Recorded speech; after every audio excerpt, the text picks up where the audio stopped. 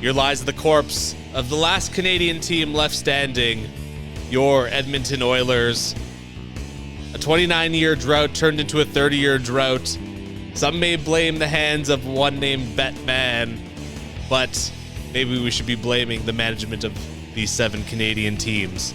Hi, my name is Andrew Milani. And my name is Cruz. And this is The House That Happens, recorded live every week from Chewy's Bar and Grill in Etobicoke, Toronto, Ontario, voted 4 times the best dive bar in the GTA. Cruz, how are you this week? Very good. And you know why we come here? Because we keep the vibe alive. We certainly do. I love it. How you doing? Doing good. A little thrown off by the Maple Leaf news that was kind of thrown at us today. I thought this would be... You can go there. I just want to say that people, when you listen to that was an outstanding intro, bro. Thank you so much. Outstanding intro. I like that because you're going to give me the opportunity to keep tabs on the Habs. But continue. Yes, so I thought this was going to be a Friday night news dump, to be completely honest, but around Me too. But at around 11 a.m., we got the news that Kyle Dubas would no longer be the general manager of the Toronto Maple Leafs, and quite frankly, I'm a little salty about it. You know what? I have nothing to do with the Toronto Maple Leafs. I have no horse in their race. I just happen to live in this city forever, and if I want to put in my 2 cents, I think they're making a mistake. Yeah, I mean, this all starts last summer. Larry Tannenbaum wanted to give Dubas the extension, but Rogers and Bell did not. I don't know why they didn't want to do it. I mean, this is an organization we know they just like print money. We've seen it before where they gave Randy Carlyle the extension, then fired him right away.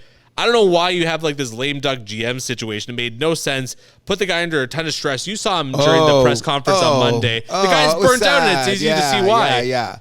Satisfying your fan base. Did you notice I said satisfying your fan base? Okay, I'm going to tell you what. You know what's really... I don't think anyone in this fan base is satisfied, but... Okay, so I'm going to be honest with you. Mr. Milani, when I came in today here, I was going to have the ultimate nice guy epitaph for the Toronto Maple Leafs. And one of my... Suspicious, but okay. Okay.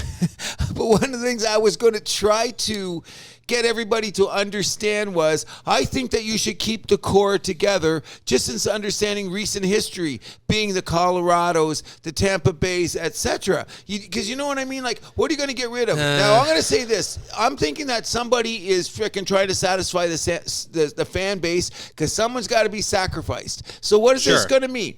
So that means what's going to happen, I hope like something stupid like this happens. Okay, can I give you this soliloquy? You kick Dubas to the curb. Sure. You get Larry, Curly, or Mo to be your new general manager. And you ship Austin Matthews to the Montreal Canadiens for Caulfield Harris and our Florida pick.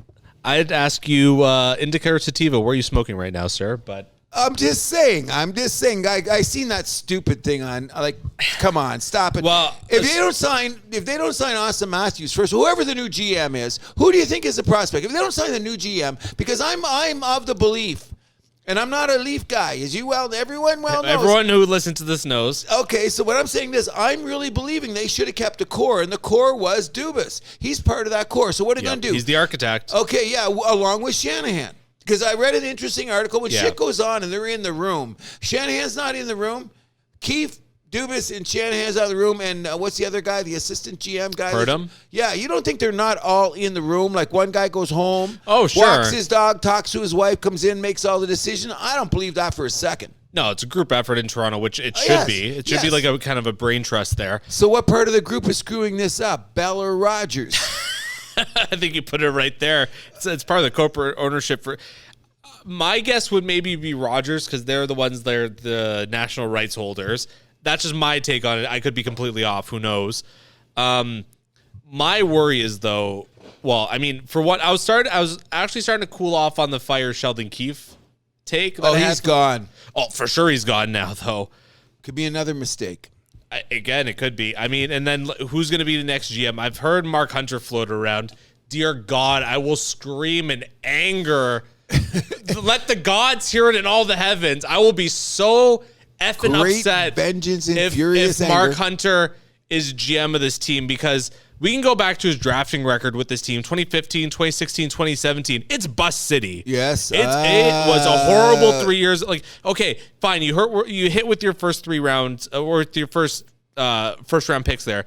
Marner, Matthews, and Liljegren. But, like, I mean, anyone could have selected those players at those spots. Yeah, no kidding. Yeah, well, like, what else did we get there? Like, Travis Dermott, okay. Carl Grundstrom, okay, he's off in L.A. now, bottom 6 guy.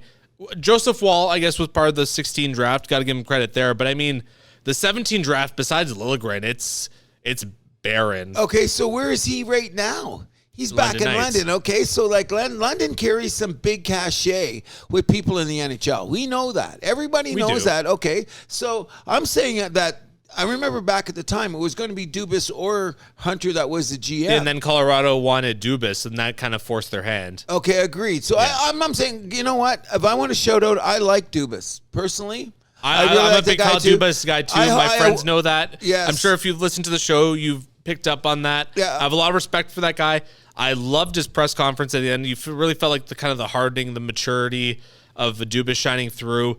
You really felt his best years as GM were ahead, and I wish him luck as the future GM of the Ottawa Senators. Okay, so here we go now. So I'm going to tell you why he got fired. It's pretty simple. It was that trade deadline bullshit. You can't take an 18-team team. I'm not so sure he got fired as so much as if he left. You changed the chemistry, and the chemistry fucked up. Someone had to fall on the sword. I don't buy Dubas that. got the sword. I'm telling you, it's on this show. How many times have I argued? You can't. I'm telling you, every time you brought that up, hold on. Every time you brought that up, I brought facts to show you why you were wrong on that. Okay, that's going to start one more time. Then you can kill me right here and I'll shut up. Because without guys like Ryan O'Reilly and Jake McCabe, we're not making it past the first round. I'll take those two guys. I'm saying, there's too much trades. I don't care. How about Luke Shen? You think they make it past the first round without him? They should have taken No. Luke Shen and Riley and O'Reilly and then not done anything else. The McCabe, I know the Lafferty and McCabe trade ended up being like next year is going to pay off. Next year, I think even Lafferty though. I mean, he had a little bit of a slow start, but come playoff time, I thought he was fantastic. Okay, so that was Achari too. Add him to the list. So that was going to be my soliloquy. Why Toronto should have kept it together. And good old Don Cherry the other day had a great little article in the Sun where he said, I saw the interview. Did you not? Yeah. He said I would keep it together, and everything Don said, I went. I think that's Don getting a little senile. I mean, so I must be getting senile too because I'm the oldest one here. So let's cut to the chase. How many times can you run the same thing into the wall and expect different results? They just needs a little adjustment. No, this is why I'm saying he lost his job. But we brought this up before, though. Marner looked as the leader at the room, probably has too much power, and I think it's fucking up everything. First guy traded. But is that really keeping the core together? No, because the core's not staying together now. That's my opinion. I say shit's going to happen. I think Dubas was going to be open to trading one of them anyways. That's what it sounded like from his press conference. We'll never know. And you know what? Well, sure. In case everybody doesn't know, we're going on Friday afternoon live instead of your usual Saturday morning. So the Brendan Shannon press conference is coming up any minute now. So there should be some interesting thing then. Because my friend Mr. Milani said that Shanahan was a coward for not showing up at the end of the season one. So now he's doing his own thing. So I got shots at him. Well, first of all, like... Coward was the word? We're close to Mimico, man. I'll stand by my word. You're close to Mimico now. Be careful. I'm in Woodbridge. That's far. But right now where you're sitting, you're close. Fair enough. Be careful. Well, okay, that was like fueled, let's say. I'm not, whatever. I said what I said. Fine. But that was maybe fueled a little bit more by emotions like my Sheldon Keefe getting fired take. But, I mean, it was highly unusual at the time because every other year, locker clean-out day, Shanahan was there. He led. Now, it was pretty obvious that, I mean, him showing up late was more of MLSC trying to figure out what the next steps were, right? Maybe. No, I think that was definitely it. I think they're still trying to figure out what he was going to say. Okay, so now they've lost. Let's just say that we're a fly on the wall, okay? Oh, I wish. Okay, so we're a fly on the wall now, and they've lost. Now, not only lost, I'm not going to say they were just close to almost, I'm not saying they were humiliated by Cruz. They went down 3-0 in the first round. Did you see Kotkaniemi stand up to Bennett last night? When did Kotkaniemi you ever see him be a tough guy? He's like a Marner, right? Not as up on his level, but I mean, what kind of position was? When frickin' Bennett gave him the face wash, what did Kotkaniemi do? He went back at the guy. So before I go there. Well, that's the difference. Carolina's in the conference finals. We aren't. Okay, well, why? Because you didn't have the grit. We're not mentally tough. Okay, so there you go. So anyways, what I'm saying is that I think what got Dubas fired is that I'm gonna ride on this cross forever, and I told you those trade deadlines was too much of a trade because you changed the chemistry in the room. Disagree. We won't go past the first round with any of those. I don't know about that. I'm going to say 100%. You were look at the point team for 2 years in a row. So I'm just regular saying, season and playoffs, you can't even compare, though. Okay, I'll give you the benefit of a doubt, but I'm saying they should have given this crew one more because here's where I'm going to put my period on the sentence. If you're in the 5th game of the second round of the playoffs and you're down 3-1 and you don't know what your lineup is, stop it. Carolina's lineup. Look at Carolina's lineup. Look at Dallas's lineup. Okay, those lineups have changed what? Minuscule since the first game of the playoffs till now. How much of their, and I've checked on this, so fact check me. Even Seattle, who lost in 7 games, you check these teams, they made minuscule adjustments. So who are you blaming for that then, coach or GM? I don't know because I'm saying who's in that room. I cannot believe that Brendan Shanahan's not in that room, which it gets me back to... Although he wasn't spotted in Tampa, which I find was a little suspicious as well. Okay, so what I'm saying is this is what you knew was going to go on is we should have read the tea leaves then. Why did Shanahan didn't come up? Because how emotional was that press conference from frickin' Dubas? Oh, highly emotional. Okay, so guess what? Then Brendan said, let this guy get his tears out. I don't want to be there and raining on his parade because we know it's not there. I don't think they knew Dubas was going to say that, though, to be fair. What's it sounds that? like he went off script. I like that about him. That could be even more. I love that about... Hey, I'm not disagreeing, Cruz. That's always been... Good for you. I want him now. I want him more now. I always thought Dubas gave a great press conference. I always thought he said, some really interesting things that you're like, I wouldn't have picked up on that. I give it to him this. He's only a 37-year-old man. Like you said, his future is going to maybe be even brighter. I'm really upset. I want to know what Lou Lamoriello was doing at 37. You know what I mean? We knew what Scotty Bowman was doing at 37. You know what I'm saying? So, whatever the case may be, I think that what happened here is the fan base in Toronto is so goddamn rabid that, look at Sid. Did you hear Sid come on? He's a morning show guy. Yeah. Okay, and we all love you, Sid. If you're listening to this show, we all love you, Sid. Sid came on. A bunch of mothers heard this who probably don't even know what are you talking about a Shanahan thing they said? No, the passionate about burning it down in the front page of the Toronto Sun. Blow it up with Simmons, and then the next day, how do you feel if you're Mitch Marner, who's lived in this city your whole life, and you're going out to your girlfriend in the morning, and you're walking down after morning sex, and you're going to Starbucks to pick up your thing, and you're holding her hand, and you look at the front page of the paper, and it's got the Marner. Remember when the Raptors traded a guy and got a championship? Now you're Mitch Marner, and the first thing you see when you walk out of your house on the newspaper is you and DeMar DeRozan on the front page. How does he feel?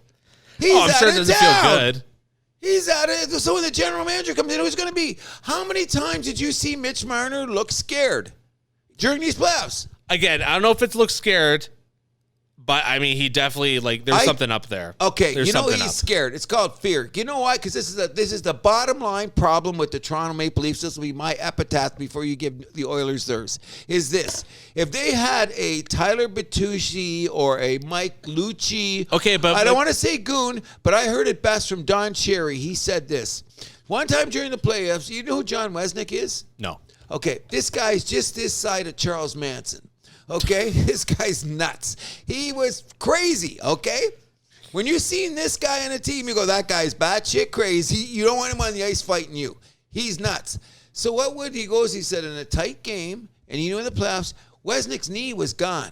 Guy couldn't skate properly. Jerry said, I just put him on the end of the bench. Because anything shit happened, people look over, Wesnick's over there. Yeah. Wesnick's over there. Toronto doesn't have someone like that to protect Mitch Marner. If they had one player, we all know we've been ranting on the House That Happens. We've been ranting that. So what I'm saying about keeping the core together is if they could find one mofo like a Stan Jonathan or a Lucci or a John Wesnick. I believe Lucic is a free agent, actually. Can I ask you a question? Because you're a Leaf guy. Would it have made a difference for this team if Wayne Simmons had addressed every game in the playoffs? I think they would have been worse. Okay, you're the Leaf guy. Yeah. I said too because I think we're going to use him. He's not fast enough for the game anymore. But I love Wayne Simmons. I always have. He's tough as nails. I mean, he's always been a fantastic scorer. the legs aren't there anymore. Oh, no. It would have been more of a hindrance in the playoffs than a help, right? But I think of that for that one shift, he jumped out of the boards and beat the hell out of Reinhardt or a Bennett or maybe, somebody. but then you're also facing the possibility of him being like -3 with under 10 minutes of ice time. I would go with that and let the other forwards play more. That's what I would have done. I would have flicked it out because you know what? It's a dangerous prospect. Okay, and I just brought it up again. One of the things I seen last night is like Bennett did some freaking sneaky, dirty shit during that. It got away with it. Like I said, Kotkaniemi, my old Kotkaniemi, I keep tabs on the Habs. This kid did not back down. Yep. Did not. He stood in front of it. He took some shit, but he was pushing back. He was giving her back. I want to see that kind of freaking spunk in Marner. I mean, you don't have the guy to protect him, but Kotkaniemi, and who's on the bench that's going to be who's the tough guy in Carolina's bench that's going to stand up to these guys? I mean, they're tough as a team. Yeah, exactly. They're tough as a team. Yeah, I mean, is Toronto tough as a team? No, everyone knows that. Okay, is that because no, I can't say that. Say it. Just say it. Just spit it out. Trouble. You're already halfway there, Cruz. Just spit it out. No. Spit it out. Come on. You don't want me calling you. Is that because we're the wokest city in North America? No, that's Vancouver. Okay, I'm not going to say anymore because I'm going to get to why we're going to get why the Raptors didn't get our coach and he went to San Francisco. We're going to get to that. In any event, I'm saying this. I think that the team's going to be blown up. Big shout out to Kyle Dubas from the house that happens. We're fans of you guys. I'm a big Kyle Dubas fan. Me good luck too. to him. I truly think he will be the next GM of the Ottawa Senators. And good luck. Wouldn't that be just great? Because then the rivalry would go up. It goes up tenfold. And then the next thing is that Keefe is the coach of freaking Ottawa too, because it's all going to go there. Yeah. It's like those Fast and Furious or John Wick 4s. Sure. It just keeps on going. One thing I also want to talk about is, there's the possibility of the next GM. We talked about how I don't want it to be Mark Hunter. Agreed. Stan Bowman's also been thrown there. That's another one that I'll lose my shit. Why? You like Stan Bowman? I'm not saying I liked him, but he was there when Chicago was winning all those cups. He inherited the team from Dale Talon.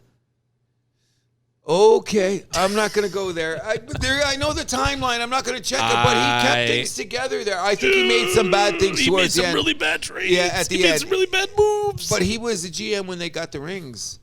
So what? Right guy at the right time. It was a Dale Talon. They gave him a championship ring for a reason. I agree. But the problem, him and I guess we'll take this into the coaching conversation as well, since we're both, I guess, assuming that Keefe is gone. Oh yeah, gone. So Stan Bowman and Joel Quenneville, who, I mean, he would be atop of my list for the next head coach. They both need league permission to get back in, right? So Stan Bowman, apparently, he's been doing the work. Joel Quenneville, word around the campfire is he has not done enough, so he might not get reinstated. No, because he's a hardcore. He's guy. Excuse my language. So he's been to one. No, it's fine. He's been to one. He's been spotted at one inclusivity event with Gary Bettman. That's it. Yeah, but I heard that was a talk about Bettman's floating around the rinks and shit. Like, remember he brought Stephen A to a playoff game and shit? I think Bettman's out there, like, I don't mean to get off topic. I think Bettman's out there pulling people in to get ideas like Theo Epstein does, changing baseball. I think it's a little apples and oranges. No, but I think they want to get Quenneville back into the league because they know he's a good commodity, right? Like he's a good asset. When's Babcock coming back in the league? Well, apparently the Rangers. Rangers are apparently on him too. Yeah. I think if who gets back first? I don't think either one of them. They should well, back here's those my guys. thing, though. I think Quenneville's a better coach. I 100%. But here's the thing, though. So Quenneville, if he's not close like people are suggesting he is, I think Babcock might be the fallback plan for the Rangers. Coming through the back door? Wow. Yep. I wouldn't hire, you know what, I'd hire Quenneville. I think Babcock's back is best before date. I mean, he's coming across as a little bit of a fraud anyways, don't you think? He's going to be the Doc. I don't want to say that because Doc Rivers is a way better coach. But we'll get to that. We'll get to that later. But so what are you going to do? You're going to hire Doc Rivers?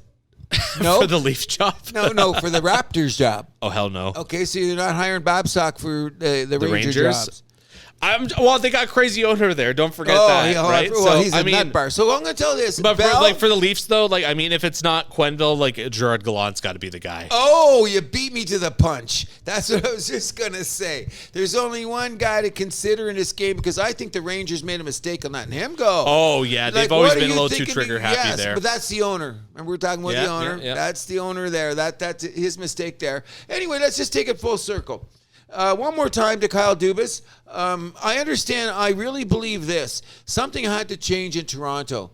I've lived here too long. I know how the fan base is. I know how the media works. When I heard Sid on TV on a morning show, he's been doing that forever though. I agree, which is part of his shtick. But he's called sports 20 years. It's not the guy doesn't know anything about sports. Come on, he's in this city. He's a Leaf guy, and he's an Aaron Mills kid, so to speak. And another the sprouting of Leaf nations go all over the GTA. Yeah, and he grew up in that one. But even though he's not a Leaf guy at all, but. Is he not? No, he would troll on Leaf fans all the time on Tim and Sid. Oh, I know that, but at the same time, he's kind of like me. Okay, but you're not a Leaf guy. You admit it. No, 100%. I'm not going. So there you go then. Cut from the same cloth. But anyways, the bottom line is when I heard him do his one rant and they put it on the sports show, I went, who gets killed first? I'm thinking it's going to be Shanahan. Is it going to be Dubas? I knew it couldn't be Keefe. Because he's the bottom of the wrong guy. But I'm going, who is going to go first? Yeah. That is, as soon as I heard that, I go, this is too much. With the front page of the newspaper, the Simmons BS, I said the pile was too high. The balsa wood was going to collapse. Something had to go down, and it's unfortunate it had to be Dubas. I think so too. So who's the first player traded of the big four? Marner? Yeah. House that happens says Mitch and he's the guy he's the guy that lives here most. No, Tavares. You know what I like about Tavares? When they talk like off the record, they talk to him about his no move contract. You know what he said? It's a no move contract. Well, hello. You know what I like about it? They signed him to it. They knew what they were getting him for. And a few years later, they're supposed to say, "Oh, Tavares, we're going to open the door to a lot of things." Buddy, I signed here because I said I ain't going nowhere, you dumbasses. That's the thing about sports I don't get. And I think Tavares, too, would probably be open to taking a haircut, too, on his next contract. I know that. That's a gimme. I'm not going to say he's not going to do that. It's too much. His passion for the team and the city is too great. We see that. Is William Nylander's passion and desire for the city? Where does he grow up? He said a number of times that he loves to be here. Because of the women. Give him the $9 million that he's going to want in his next contract. Okay, so what? We sign Matthews by when? So, about that. So, here we go. I think part of the reason about just him and Toronto going so well, I think Kyle Dubas was a big reason as part of that. He was comfortable with Dubas, right? Yeah. Now that he's out of the picture, how's that in Florida's first He's day. not coming to Montreal. I didn't say that. I just You're throwing out Montreal players. What am I supposed to say? I just heard something. Seen something. I did not. Have you seen the pictures of Marner in a Montreal jersey? You must have. No, I have not, actually. I have seen them, but they got sent to me. They looked good. He's not going to have any hair in 10 years, but... No way Toronto trades it. But I'm just saying, how are contract negotiations? Because before I was saying this is a slam dunk. Matthews is going to sign for something like $12.7 a year for 5 years or something, right? Making him the highest paid player in the league. Now all of a sudden that's a little uncertain. No, it should be uncertain because he hasn't proven in the playoffs, which we're going to get there with your appetite. No, but he's still. But hold on. Keep that thought in mind. Keep that thought in mind. Number one is this. Here's what I believe. If you do not sign Matthews, you're nuts. But if he wants $12 million, I trade him. And I love Matthews. You have to sign him for that much. For $12 million, the salary cap is not moving. It's not moving. They thought it was. But you're paid in percentage of the cap. McDavid's gained 12.5. McKinnon just signed for 12.6. Okay, so who would you okay. So Matthews would be the third guy at that? He's going to be probably 12.7, I would bet. Wow. Okay, so now you're going to tell me in the scale of money goes and how sports goes. Yeah. Okay, so I'm going to say this. You're going to pay Matthews the same money as you pay McDavid? Who would you rather have on your team? Well, it's not that simple, though. Oh, I don't know. It's because we don't have I don't see any option to get McDavid in here. That's fantasy. Okay, interesting. I never looked at it from that perspective. Then now that you put it that way, okay, I'll give you the benefit of a doubt. However, I'm saying this. I'm going to sign you because I still believe that Matthews is a generational player. Agreed. The guy's 25 years old. Yep. His prime is probably still in front of him. Yep. What we've seen him develop as a player is unbelievable. Yep. Does everyone say he should be a little bit tougher? He didn't Sure. get pushed around in the Florida series. He might have got a little push, but he pushed back. Nobody pushed him around like they pushed around Marner or some of the other guys in the team. Well, he's a big boy. Okay, that's right. So you can't. Well, that's good. I think he should have knocked somebody out, which would have been made me much happier about the guy. So, anyways, part of the reason he didn't show up as much as he did is now there's those phantom injuries. You always hear about happen, and Matthews didn't play that up. He just went on his way. Yep. Hey, something could happen. Neither did Ryan O'Reilly, and people thought he was injured too. Okay, because there was something about their play. You notice? I mean, like I remember a couple times Matthews couldn't get a pass. So what it is, don't wear those stupid gloves where they swing at your wrists. Which I'm going to go back to that. Well, you don't get a better grip. You play longer. In any event, we've been talking a little bit too long on this, but you know why we do? Because we're in Toronto and everybody loves the Leafs. That's true. So we got to say it. We're going to end in this way. My prediction is this: if you pay Matthews 12-something, you ask for 12-something, I trade him immediately and keep Marner. But here's the sad part about the whole. I think Matthews is still worth more. It's still better value on his contract at 12 point whatever than Marner is at 10.9. Okay, so here's what I'm saying. It's called teams. Yep. You guys got an amazing core. It's what you put around it, and I think that's why Dubas got fired. So we'll end it at that. You know what I'm saying? Yep. He didn't add the right guys around him, the right tough guy, the right whatever, because it was all about getting tough at the trade deadline, remember?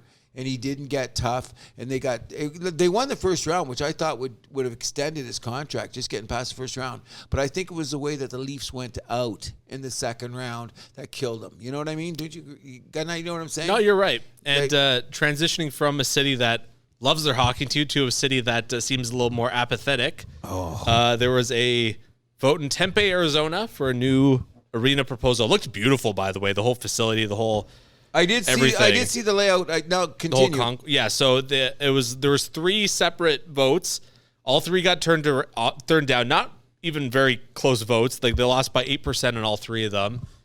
And honestly, it sounded like because it was like a lot of the older voters were the ones that showed up. The younger voters who they want didn't show up. So now all of a sudden, the future of the Arizona Coyotes in flux. They don't have a home except for the ASU. Stop it. Well, that's exactly my point. Seats 5,000, but for the NHL, that it's the changes they had to make, it only seats 4,600. Now all of a sudden the question is, where's this team play? Because I think they're done in Arizona now. Because there's the owner. Have to be. Because people are talking about the new owner of the Phoenix Suns. I've never heard him talk about wanting a hockey team. He just made $500 million worth of renovations to the arena in Phoenix. Why, he's going to spend like 200, 300,000, 100,000 more. Million. A million. Thank you. A million rather, to outfit this for hockey.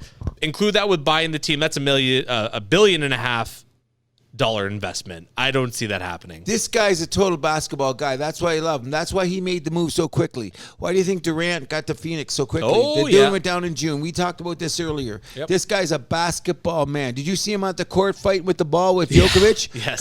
Joker. Come on. Yeah. You know what I mean? Like this guy is. Like, you heard about him. He was on the fringes. He tried to get in other. I found out later. I didn't know until he did actually buy Phoenix. He was sniffing around to get everything. This guy loves basketball. He's like the Steve. What's his name? And that owns the Clippers. He's one of those guys. They don't even know what a puck is. The last time I checked is, do you ever see any ice in Arizona? There's very little. Okay, and that's why Austin Matthews is so good in my belief, because I still gotta fact check this, but I hear because the rinks are smaller.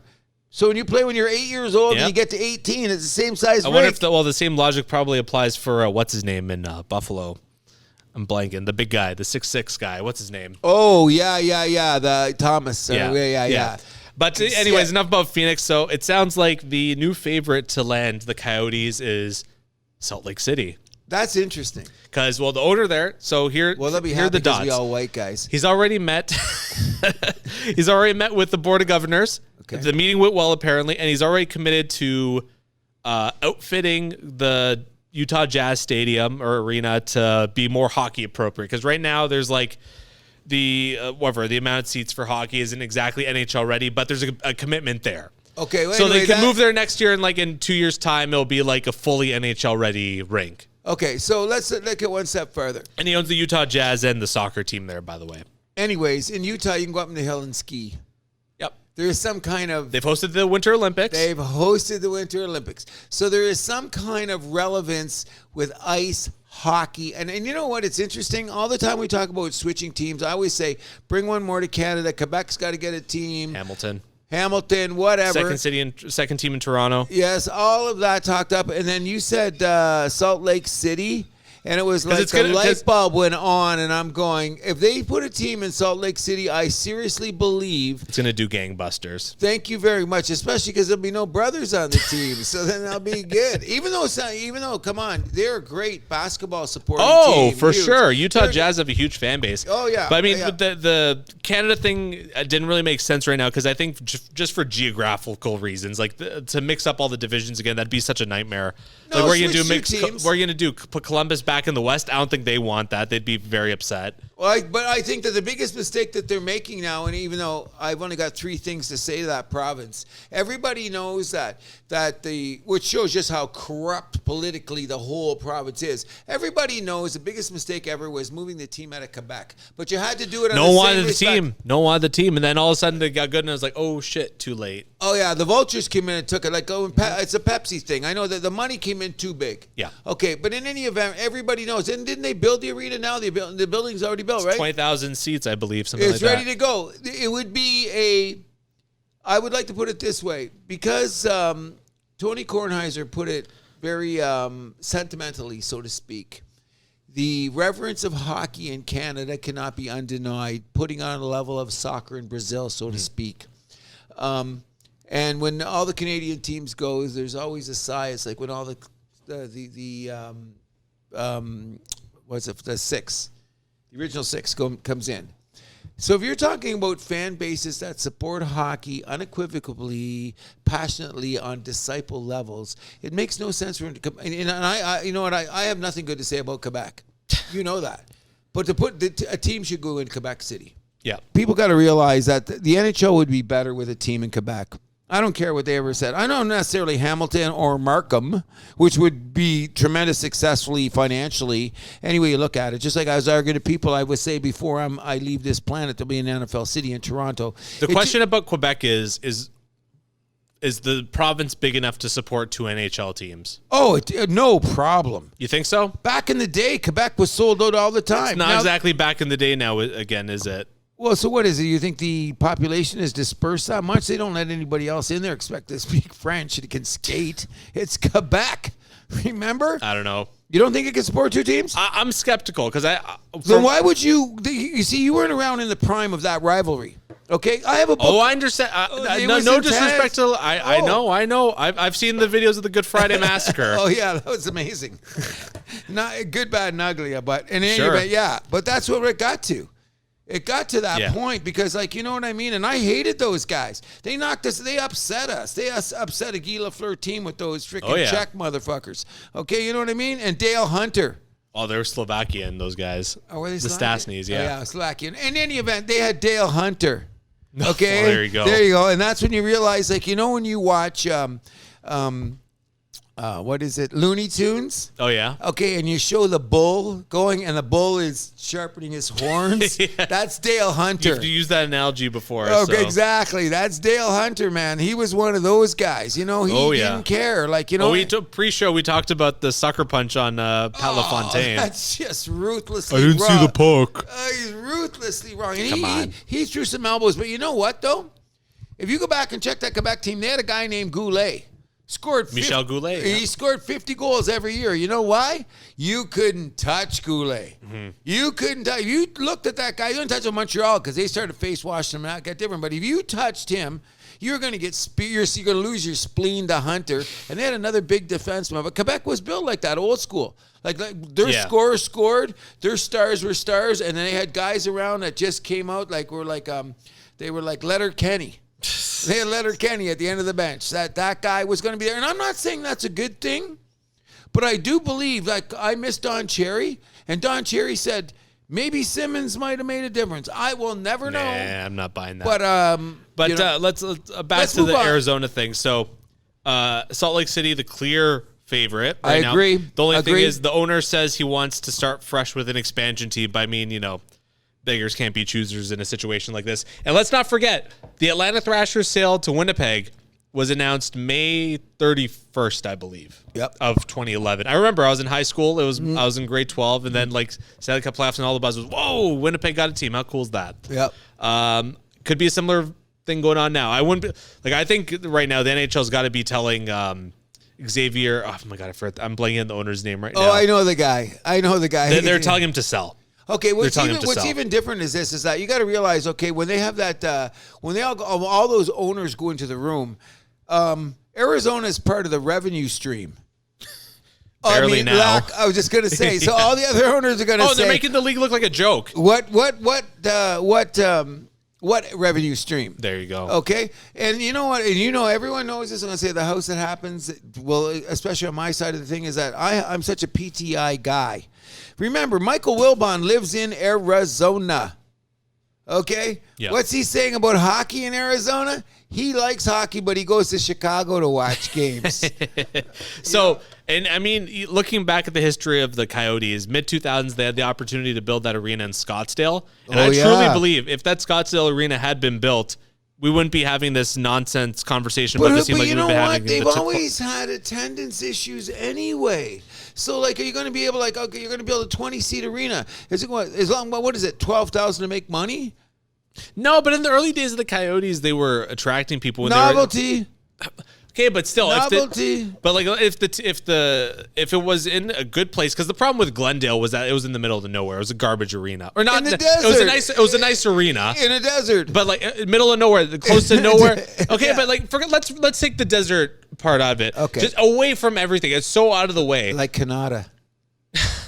Well, that's why they're getting a new arena. Yeah. But you proved my point there right now. So if the arena did go in Scottsdale, I truly believe we wouldn't be talking about any of this.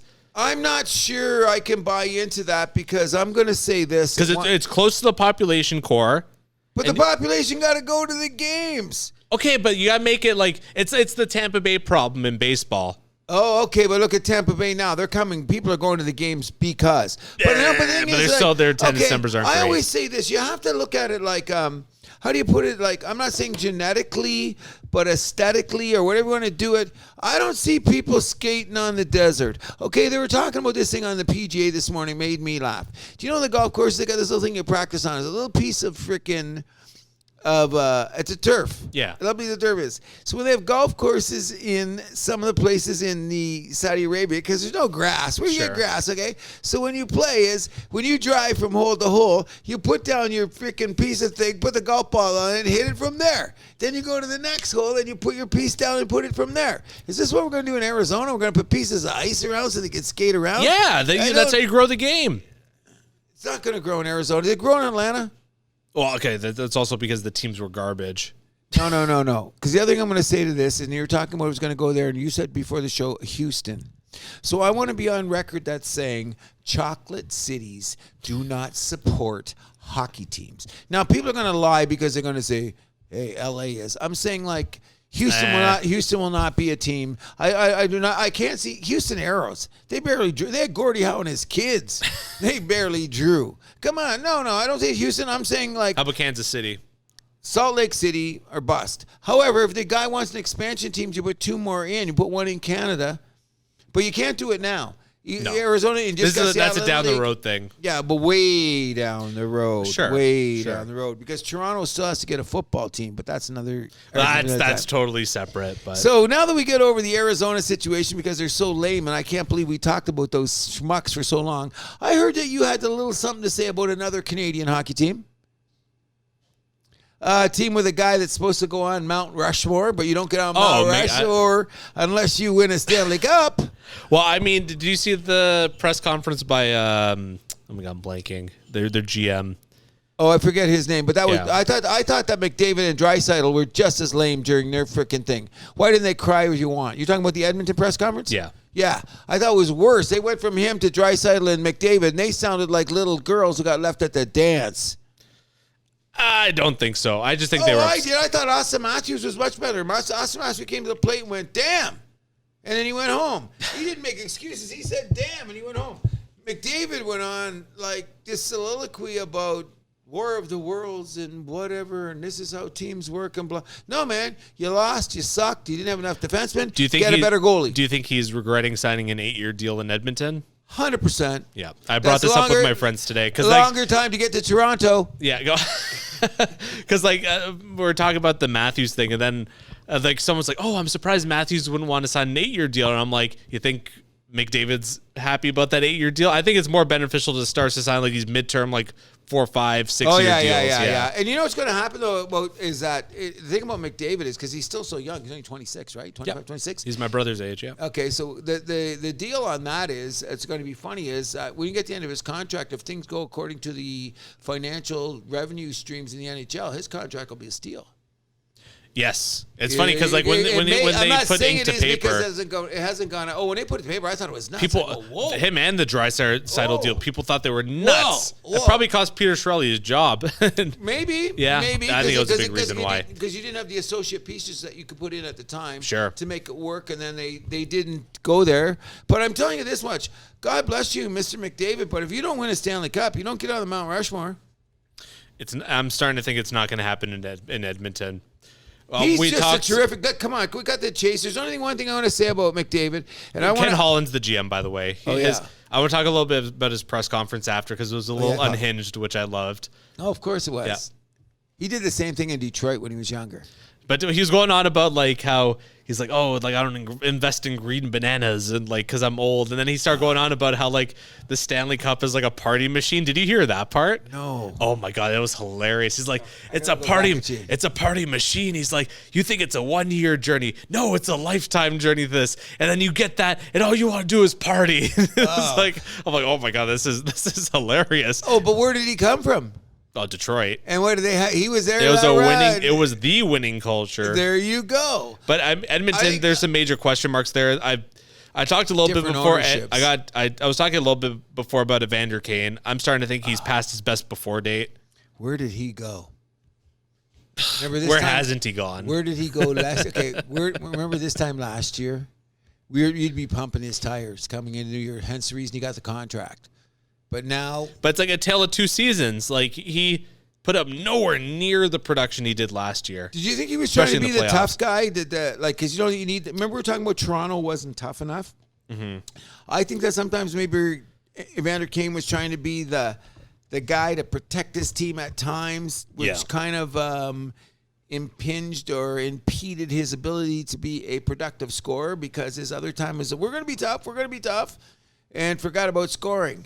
You know what I mean? Put himself in a position a few times doing stupid, tough things. Yep. You know what I mean? Now, I understand, but that's a heart move for the team. And I bet you a lot of guys in the dressing room respected that. I'm sure they do. But it didn't, and it didn't work well. And nothing good comes after but. No. And what ended up happening, they went home. The same thing. So he should have maybe thought about being that flying winger he was last year, going all over the ice, taking shots, creating the insanity in front of the net and all of that. Now, he's going to be 32 in August.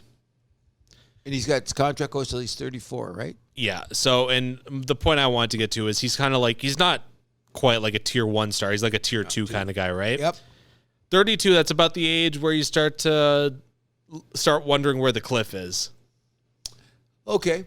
And they say that's where your shooting prowess usually shows up. Are you going to be better or not? Mm-hmm. First thing that goes is your hands. Isn't that what they say? No, your feet. Oh, your feet? Yeah. Okay.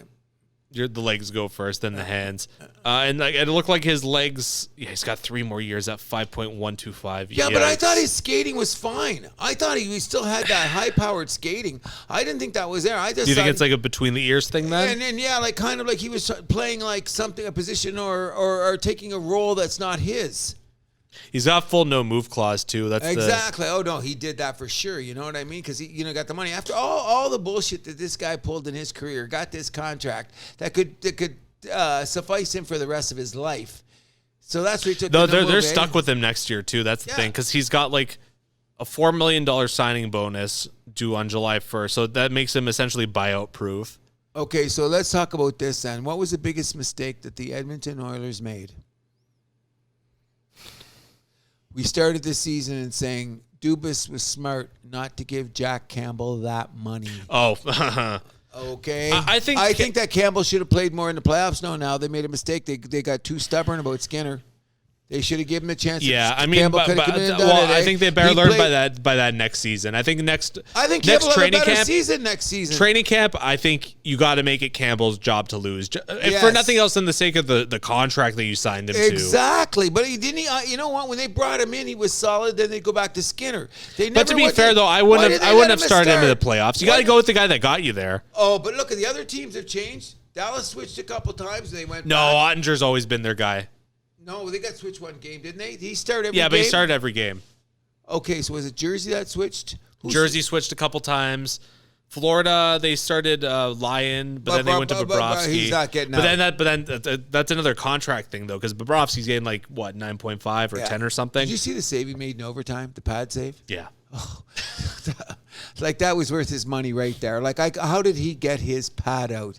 And that was in the fourth overtime. Mm-hmm. To have and then the game was over 2 minutes later.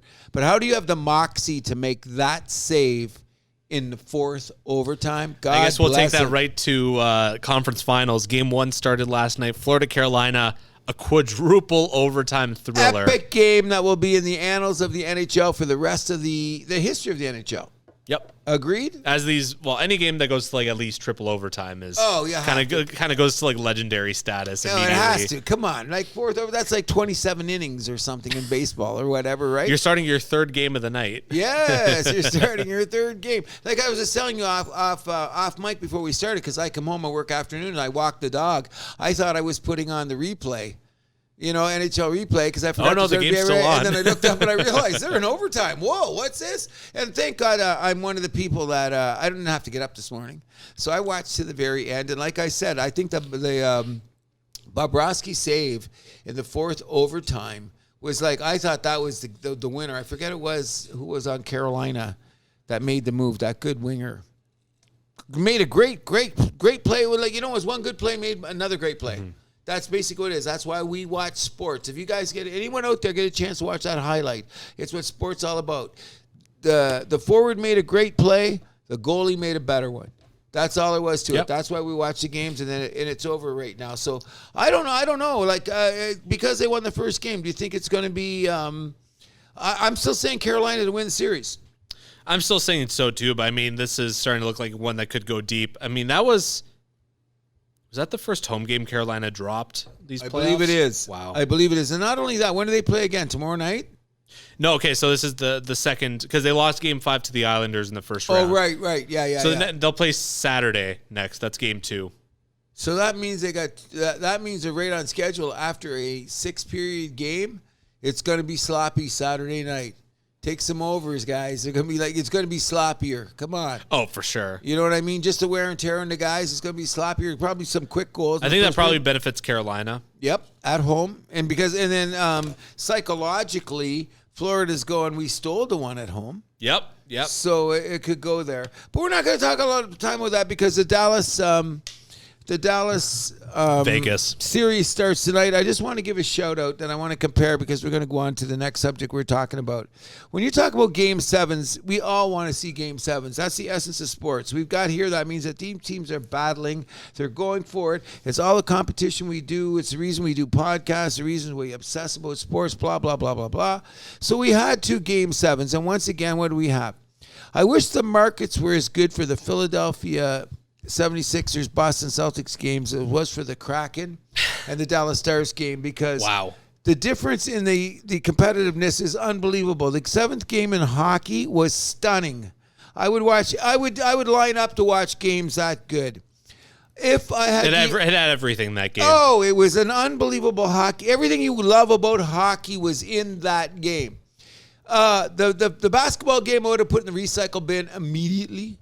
When you open something up, this is recycle, just throw it in there. You don't even pause. You don't even think. It just goes right into this recycle bin. So I want to ask you, too, before we get into basketball, though. So we both think Carolina is going to go to the final. In the West, Dallas, Vegas. I want Dallas all day. Do you want Dallas? Who do you think is going to make it? I think Dallas is going to do it. I think it's going to be Vegas. Okay, well, we'll put I'm saying by my take. After I don't know. After the way Vegas took care of Winnipeg in round 1, I'm like, ooh, we might have gotten played, and I'm sticking to that. Okay, I agree. You brought that up. That was an interesting point. But then maybe Winnipeg, we also said maybe they were the bitches that they really were. We don't know. But Vegas had a solid second round win too, so we can't deny that. Won that game 6 in Edmonton. There you go. You know what I mean? That's why they're on the sidelines, correct? Mm-hmm. In Edmonton. Okay, so that you give them a lot there. But there's just something about Dallas. Maybe because Tyler Seguin goes to Soundgarden concerts. But I know Andre hasn't quite been on these playoffs too. But maybe this is his round. He knows the team's got him there. Maybe it's his time now. That happens. We don't know. We don't know. He hasn't looked in top form. I remember. Can I compare this because I'm so old? When I remember the one year when Toronto won a game. The last time before this series, way back in the day when Montreal played Toronto, and they won the first game of the playoffs, and everyone questioned Ken Dryden.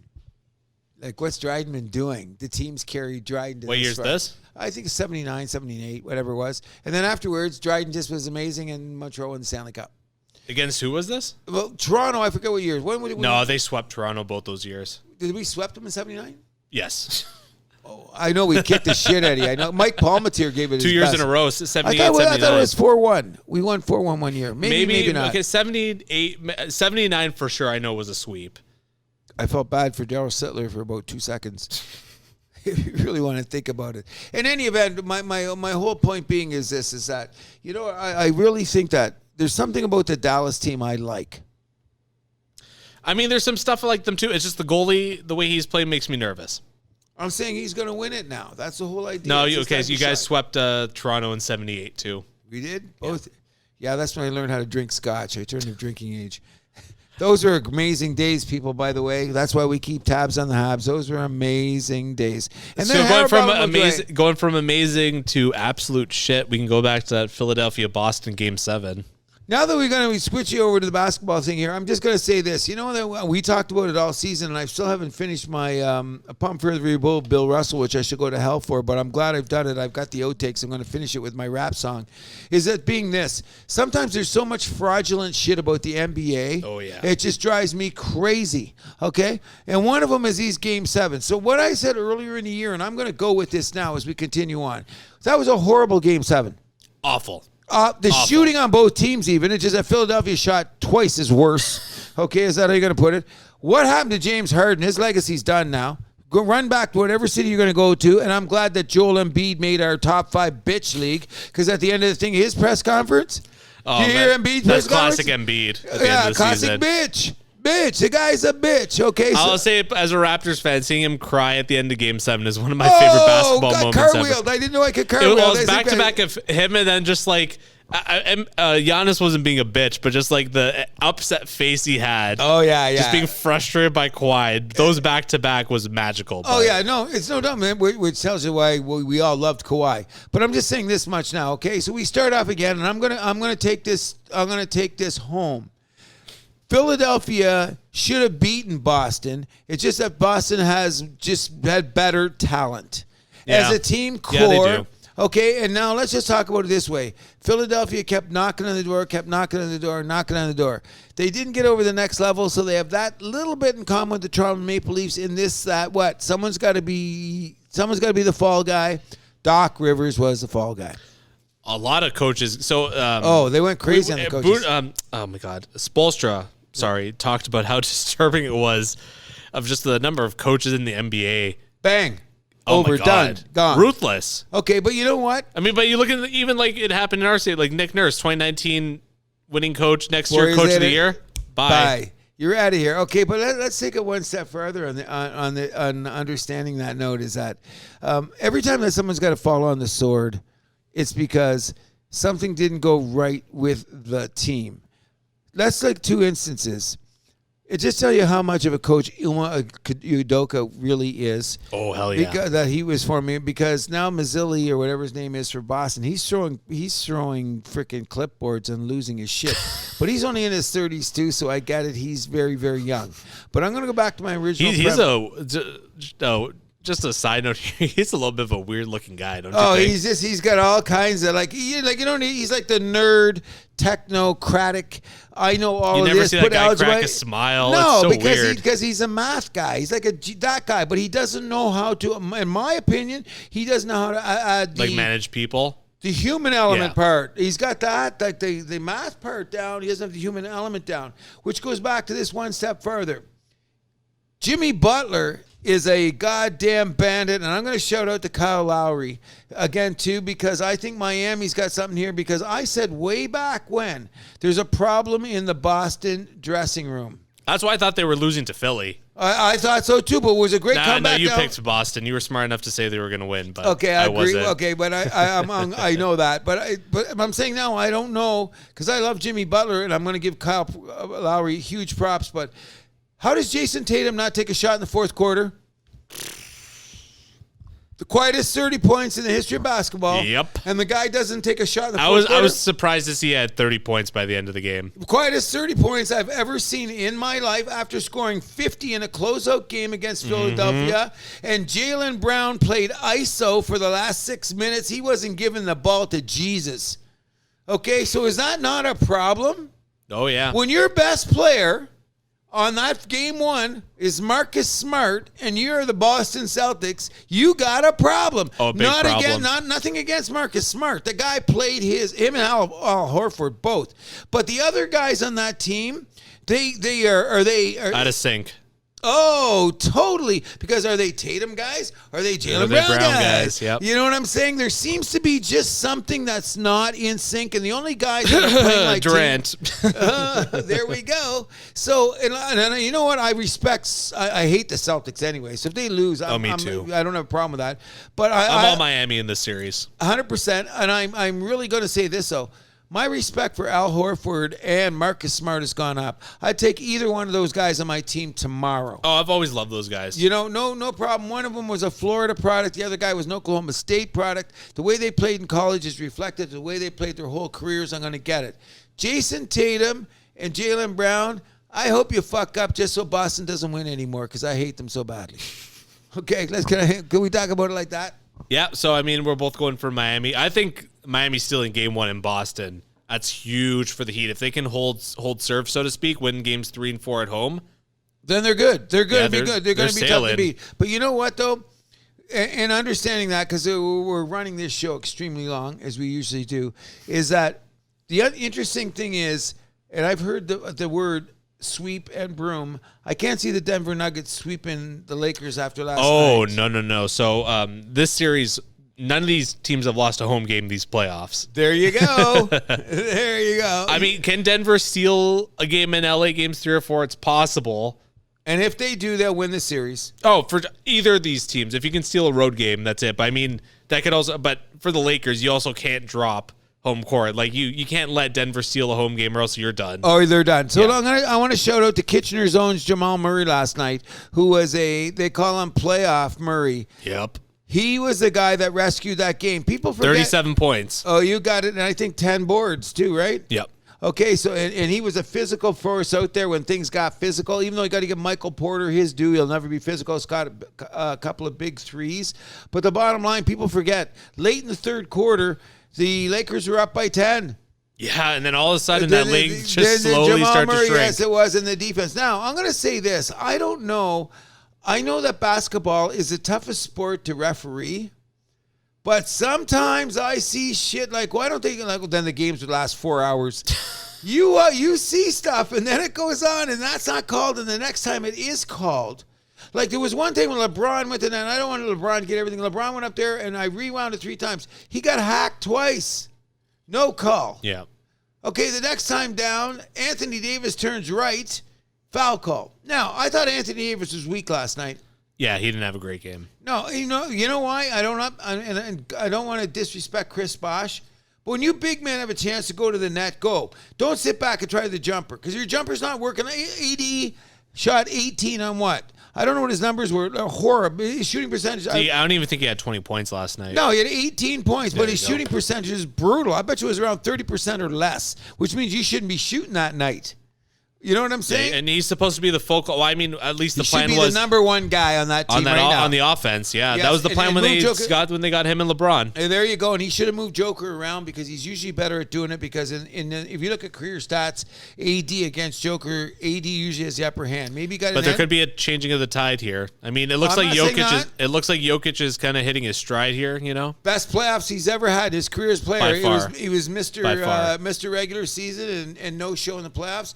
He's really showing up now, but I'm still saying this. They make him run a little more. They can get him off his game. I don't think they moved him out of the post enough, which leads me to this. One thing I've said in the house that happens too many times, it becomes jump shot competitions. Guys start missing the jump shots, and everything gets ugly. How many times have I said that? Yep. More than twice. So I'm going to say something about last night. The shooting got ugly too. Both sides, until Murray went off in the fourth quarter. But yeah. Both teams are not afraid to go into the paint to get their points, and that's old school basketball. Like they didn't live and die by the three.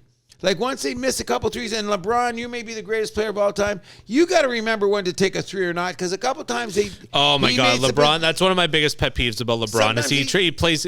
It's not quite as bad as like the way Westbrook does it, where he tries to play hero ball with the 3-point shot, but LeBron does it like too much, and he's not that great of a 3-point shooter. No, he's a solid guy, but he's not Reggie Miller, JJ Redick, or Steve Ray Curry, Allen, or Ray Allen, none of the guys. So a couple times during the game when they were up by when Denver chipped at their lead, I thought LeBron made bad decisions because he chucked up those threes early in the shot clock. And there was the steal at the end of the game. First of all, a great read on that play. Oh, yeah. To get that ball from that was intended for Jokic. Oh, yeah, no doubt. But then he muffs the layup. Oh. Chance to make it a 2-point game with 10 seconds left. And then all of a sudden, you miss that, game's over. And then Murray buries a three, and it's all over. But you know what? It was interesting on both ends because you go back to it. Like, if you want to look how the game is played, you muff this, you make this steal, and then that. A couple guys that I was talking to off court said that Jimmy Butler the other night was playing freaking free safety. You know what I mean? Yeah. Knock guys down, steal the ball. Knock guys down, steal the ball. Like I thought he was free safety. And then Kyle Lowry was the corner. Yep. You know what I mean? He was the corner because he was stealing the ball and knocking guys down too. And I thought that, and I like that physicality about the games, which is, I think Denver, the reason I'm bringing it up is I think the Denver LA series is going to get more physical. I think so too. And also an interesting note is even back to the regular season, the home team has won all these matchups between Denver and the Lakers. Yes, for the whole thing. So you know what? We've only got 2 games in. The Lakers. I'm standing by Denver's my pick. I'm still holding Denver on to Miami Lakers. Finals. Yes, if we're going to go there. But we're running this show long, and one of the things that we wanted to allude to before we leave basketball is, if I can just say one thing, is everybody on the planet knows that my favorite player in the NBA is Ja Morant. Oh no. You got to talk about this. Just for 2 seconds, I'm going to defend Ja Morant. Which you should. In this way. Okay. I'm going to defend him. The one time you and JJ Redick would agree on something. How did you know I was going there? Because I saw the clip, and I'm like, oh, Cruz. I went, JJ Redick, that guy. I don't even know if I would freaking walk across the street, say hello to him. I was on that sentiment. Now, does Ja Morant just do some of the stupidest things you have ever seen in your life? Sure. Not going to deny it. After now, they still released that great commercial. For what, like Gatorade? No, the one where he's punching in, coming to do the work. Oh. You ever seen that, Jim? Seen that Ja Morant commercial? Was it like an NBA commercial? Or? Yes, Nike commercial for his new shoe. Oh, that one, yes. By the end, it's like 3 Ja Morants. You see the car pulling in the parking lot. They're all punching, and it's time to go to work. Whoever devised that commercial, brilliant. Genius. Brilliant. Well, it's Nike, but. Okay, but still a brilliant commercial. To go to the next level, which I have to respect, is Michael Wilbon saying, our finances do not go out to people that wave guns. So my son, I'm not going to buy him a pair of the new Ja Morant signature shoes. I respected that. Okay? Ja Morant, did he break the law? Nope. Did he hurt anybody? Nope. Was he legal in that state? Yes. Okay. Did he hang out with a bunch of idiots? Sure. Okay, that's 4 yeses in a row. So before we're going to leave basketball on this note, I'm ordering my Ja Morant shirt yesterday. Okay? On brand for you. You know what I mean? And I'm going to say this, though. I don't think he should get a Gilbert Arenas suspension. Oh, hell no. But I still think he's going to do 20 games. He's going to do a bunch. Yeah, so you got 8 for the other one. Well, it's becoming a little bit of a farce for the league. So but like him being suspended like a full season, that's nonsense. No, I agree with that either. However, he did that great interview with Jalen Rose, and Jalen Rose back in the day, and I've already told you about his Michigan days and the things he was involved in. John Morant's not even in that league. There was no social media back then. Jalen Rose says, "Thank God there was no social media because I could have been run out of everything." Okay, so he went and sat down with John Morant and says, "Listen, that's candy ass shit compared to what I was doing." So, and then you got Michael Wilbon on there saying like we can't have this for the kids and whatever was happened. I'm saying, this don't throw away the $200 million. Yeah. He lost a bunch. He lost a bunch of money already. But I would love to know what it's like to be a 23-year-old kid, to have more money than money, 2 nannies to take care of your daughter, and hanging out with your boys in a strip joint. I might get in trouble too. You know what I'm saying? Yeah. So I'm not condoning his behavior. But I'm not jumping off the John Morant bandwagon. As a matter of fact, I'm going to put an extra seat on for all those people that understand that I'm telling the truth about the guy, and we can go forward. So you're chair of the Logan Mailloux and the John Morant fan club. Oh, we're going to get to that too, aren't I? You know, people are going to start putting weird what those prefixes to my names and stuff. I can't wait. I'm glad you brought it up. Logan Mailloux bandwagon, it's coming. So I don't completely buy into the thing about the athletes as role models for kids things, but I mean, like when you make the league look stupid, I mean, that's money, you know, and you don't want to bite the hand that feeds, right? So I'll take it one step further, which is when I heard a great thing is that what good comes from guns? There we go. That's why, I'm with you. I'm going to stick you up, but just put them away. What good comes from guns? Yep. Now, let's take it one step further. Everybody knows there's a bagload of guys in the NBA packing at all times. Sure. Let's go to the Jay-Z school of walking around the world. Do you think Jay-Z has a gun on him? Maybe his people do, maybe not him. That's what I'm saying. So you do the old school, and you have people around you that carry security. You hire your gun. So, we know what kind of culture you're in. I'm not agreeing with the culture you even hang out with. I smoke weed too. So let's just cut to the chase. Be smart about it. Just be smart about it. Let somebody else carry the guns. You know what I'm saying? There we go. And speaking of guns, one of the big guns on the Toronto Blue Jays has been struggling as of recently. Are you talking about our overweight friend? Yes. Okay. You know what I'm saying? Let's cut to the chase here. Alex, I love you. Alec, I love you. Love you very much. Your mechanics are shot. You know what I mean? You just saw the guy throw the ball. Now, someone said, "Oh, his speed dropped. He threw 92 instead of 93." When you're in the big league level, a mile or two is not. Now, if you're throwing 100 all the time and suddenly you're throwing 91, okay. There we go. Yeah. We got to get. No, 93, 92, like whatever. That's what I said. When I heard about the speed thing, no. It's location. Okay? But one thing we got to say, I'm glad you brought it up because we're going to talk about the Toronto Blue Jays for a few seconds, is this. We have a really weird anomaly going on here because I've been preaching about you got to win 20 games before you lose 20 games. Yes. Everybody in the American League East did that. Do you know that now that they'd be leading most of the divisions?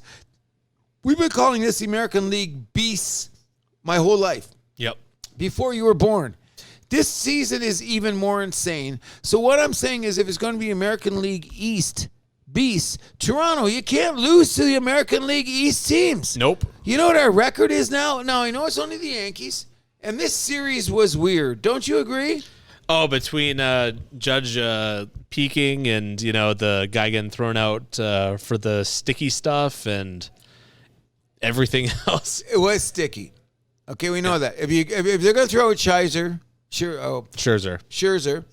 Buddy, you're going. Yep. You're gone too, okay? So we get that. What I'm saying about this is, and I've said this earlier, and that made me nervous, is in this series we prove we have better defense, okay? Especially in the outfield. Yep. In the outfield, okay? Like Gurriel or Teoscar were not making some of the catches that Varsho and Springer were making, okay? Yep. And Springer's down right field, which is usually what would have Hernandez. See that great catch he made the other night in right field? It was a great catch. Hernandez ain't making that catch. I think he's right at home in right field. He should stay there. Agreed. Because then less wear and tear. But you think Teoscar would have ever made that play?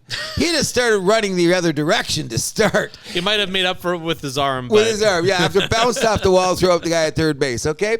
Which is number one. We haven't seen the big throws this year. Why haven't we seen the big throws? Because guys are making the play. So I'm going to take it one step further here. I'm not noticing one thing is that we got to keep our, and then another thing you talk about if you're going to win your division, 600 at home, 500 on the road. The Blue Jays are there right now. So remember, we got the home games over there. Now, we lost 3 or 4 to the Yankees at home, which we shouldn't have done, but we beat Tampa at home. We won the series at home. So tonight we have an interesting team coming into town for 3 days called the Baltimore Orioles. And the last time I checked, they are ahead of us in the standings. If you had told me after 40 games that the Baltimore Orioles were going to be ahead of us, I would have said the Yankees could have been ahead of us. I wouldn't have said Boston. I would have said Tampa could be ahead of us. But I would not have said the Baltimore Orioles would have been ahead of the Toronto Blue Jays after 40 games. I mean, 40 games is like, I don't know. I don't think there's I think it's still a little bit too much to look into things. Seeing like, oh, Baltimore's ahead of us. If this was like September, I would be right there with you. Well, that'd be 100 games. Stop it. You got to have That's a barometer. My point. We got a barometer. The barometer says 40 games. That's a small sample size, though. What? Small sample size. It's a quarter size. of the season. That's still a small sample size. Okay, so if it's a quarter of the season, I'm going to tell you why we're going to win the division then. I'm right with you that we're going to win the division. I still think I've been there all year with you. Okay, so I'm going to tell you why. Okay, let's look at why Baltimore's ahead of us, okay? What is my favorite stat? Quality starts. Quality starts. So let's put it this way. Let's look at the run differentials of those teams. Look at Baltimore, look at Boston, look at Toronto. They have better run differentials than us. They scored way more runs. Boston's actually less than now. They have a worse run differential. Than us? Yes. That's because they're pitching. That's coming to my point. But Yankees, Rays, and Baltimore have better run differentials than us. However, we have more quality starts than those guys. In Baltimore, we've got double the quality starts of them. We've got more quality starts than Tampa Bay. We've got more quality starts than the Yankees. We blew 2 quality starts in this year against the Yankees. I thought we looked at this last time, and the Rays did have a lot of quality starts. Yeah, but no, we have double Baltimore. We don't have double Tampa. Tampa's got them in there. No, double Baltimore, yes. We got double Baltimore, and we've got way more than the Yankees, too. I think we got 7 or 8 more than the Yankees. What I'm saying is, like, look at this series alone, okay? Manoah looked terrible. Then we brought out Glozman. We wasted his start. Yep. Okay, then we got Bassett came out, pitched a gem. Then we had Barrios last night, who arguably pitched his best game of the season and got nothing. That's considered a quality start. The guy pitched, what is it? He pitched 7 and something, gave up 3 runs. That's a quality start. That's a quality start. I know, because he's on my fantasy team. Trust me. You get points for quality starts? Yes, we do. I love that. We got a quality start on that. So what I'm saying is that I'm going to say, I didn't want to acquiesce earlier in the year. Remember we're on the earlier of the shows because I still think we gave up too much offense and the defense wasn't giving us enough to justify the giving up that much offense. But now if I'm going to say that the quality start is the number one thing for me to deal with, then I'm happy, especially in this Yankee series. Everything went right in this Yankee series except for going 0 for 12 with runners in scoring position, 1 for 10 with runners in scoring position. So in 2 games we went, what was it? 1 for 21 or 2 for 22, whatever else. Stupid number for runners in scoring position. We ended the game last night twice bases loaded. Your base load twice, got nothing. Yep. You know what I'm saying? So what does that mean? This team can't hit, bro.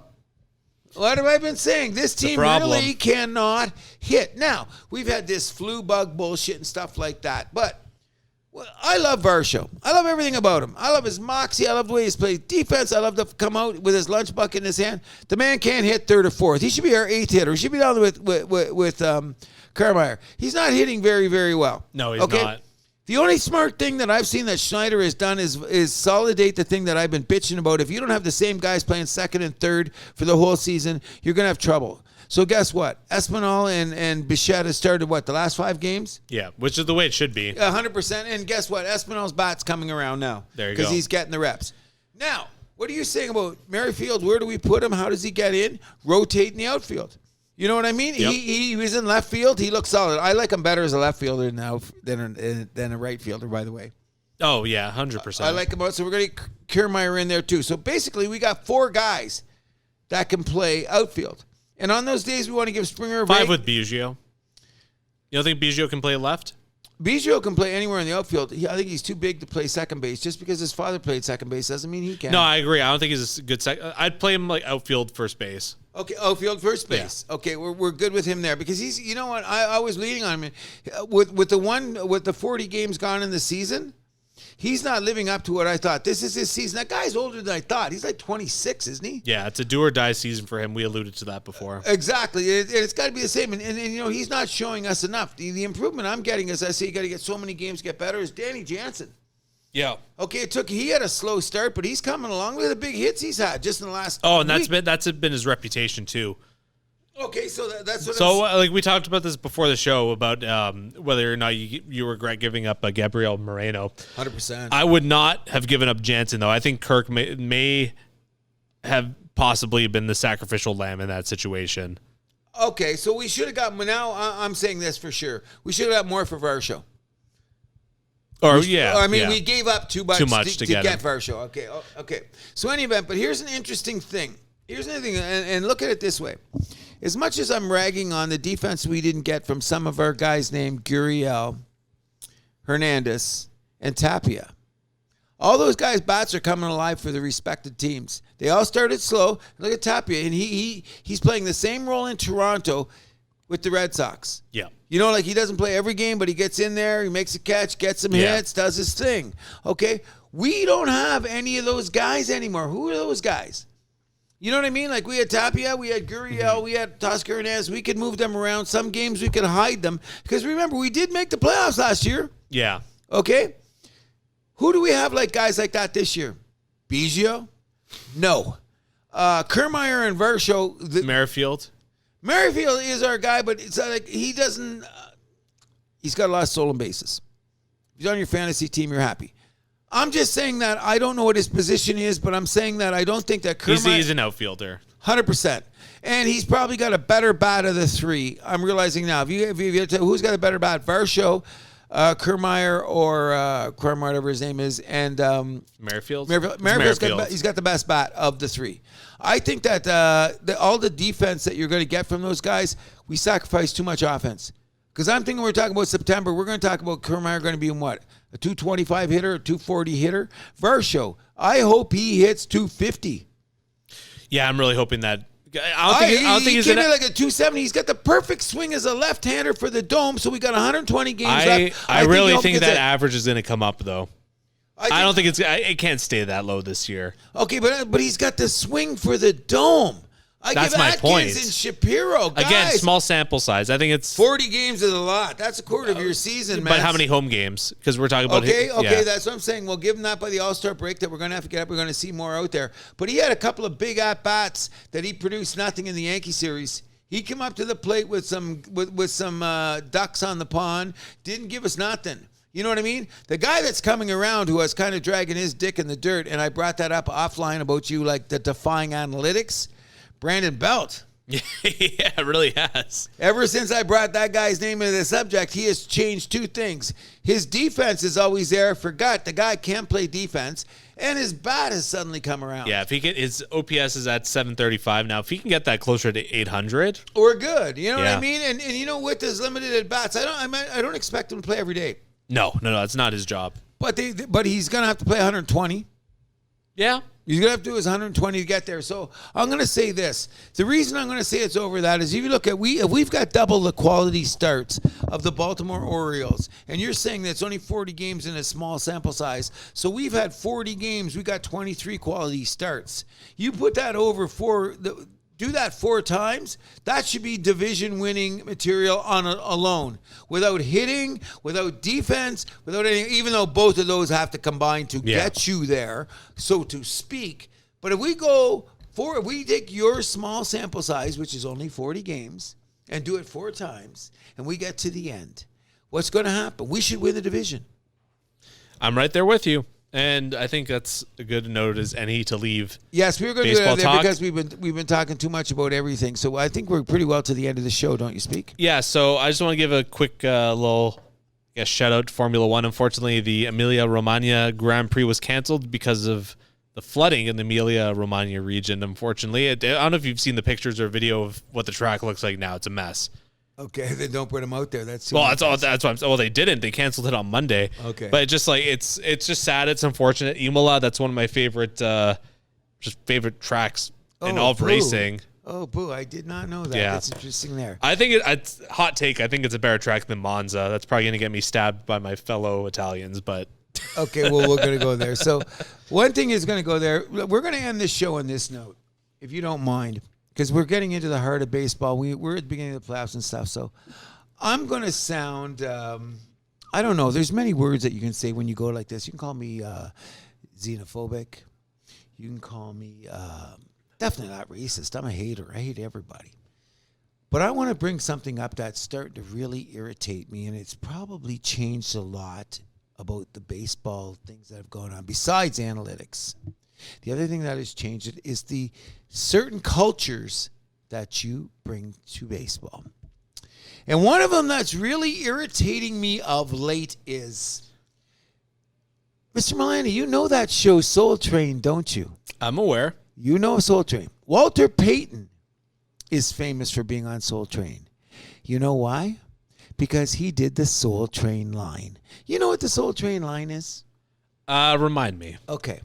That's when just in the middle of the most popular, badass, funky song that everybody can just sweep the ass with their floor while they're dancing, they spread the dance floor apart, and all the couples go down the middle of that row to show you what dance moves they've got while they're going there. So This couple comes down, they does their thing. The next couple comes down, and Walter Payton, go check it on YouTube, did some pretty funky little things. Oh, yeah. Sweetness.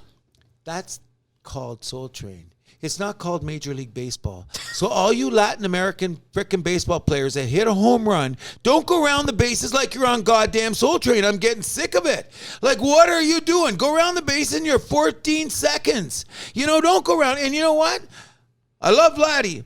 Vladdy's a premier guy on this guy. What did we were saying before the thing? Who do we have? We have Vladdy. We have the president of the Soul Train Dance Club when you hit a home run, Machado. We have Soto. We have Lindor. Thank you for bringing up our guy, Luis Ariza from Florida. So I'm just saying this.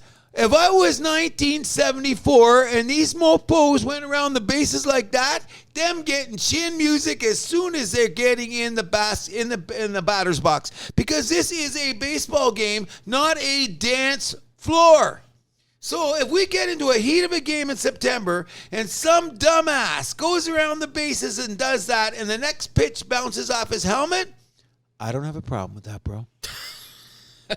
I don't have a problem with it. You know what I mean? I do. Is that all you have to say about that? I could say more, but I'll stop. Okay, so we have, unfortunately, some sad news that just came across the House That Happens news desk. NFL legend Jim Brown is dead at the age of 87. Oh, gee. Led the Browns to the NFL title in 1964. Widely considered the greatest football player of all time. Gee. 3-time MVP and won 8 rushing titles in 9 seasons. And they got him out of football to be in movies with Raquel Welch. God bless Jim Brown. You know, that's sad. That's breaking news. Sad. Okay, so, but you know what? I'll sign for 87 right now. I'll sign for 87. Jim Brown just died now. Mm-hmm. He's 87 years old. I'll sign for 87. I just want to put out one thing is, if everybody out there, you're young, Mr. Milani, and tell all your friends and stuff that we had a problem with civil rights and draft stuff in the 60s. And the classic picture when Ali got his title taken away. Who was sitting beside him in that picture? Jim Brown. Jim Brown, who is not only a great football player, who was a human rights activist, civil rights activist, was always on, to me, the right side of all issues at all times. He did not jump completely on the Black Lives Matter list, by the way, so don't let him say that because he did stand up for it. He says there's a better way to do things. However, as respect for a man and a player, rest in peace, Jim Brown. Rest in peace, Jim Brown from The House That Happens. Can we say one more thing about Jim Brown? And I'm gonna take this to it, like, since he's gone, and we're gonna say about this. Jim Brown stopped playing football at 30 years old. Him and Barry Sanders quit at the youngest because he got a Hollywood career. I'm willing to believe that he played in a 14-game season back then, and when he came into the league, it was only 12. He is currently still top 10 rusher of all time. Wow. I'm going to say this. If he had the opportunity not to go to Hollywood and play 5 more years, Jim Brown would still be the leading rusher in the history of NFL. And I'm going to tell you this. When you go on NFL Network and pundits that do the history, what I just said here on The House That Happens, you're going to hear this repeated. That he ultimately would have been still the greatest yard producer of all time. God bless Jim Brown. Greatest running back of all time. And on that note, we just like to say that we enjoyed doing this. It was a crazy show. We want to have a big shout out to old Queen Victoria for giving us this crazy weekend. And one more time, I'm going to say, hi, my name is Cruz. I'm Andrew Milani. We keep the vibe alive, and we're out of here.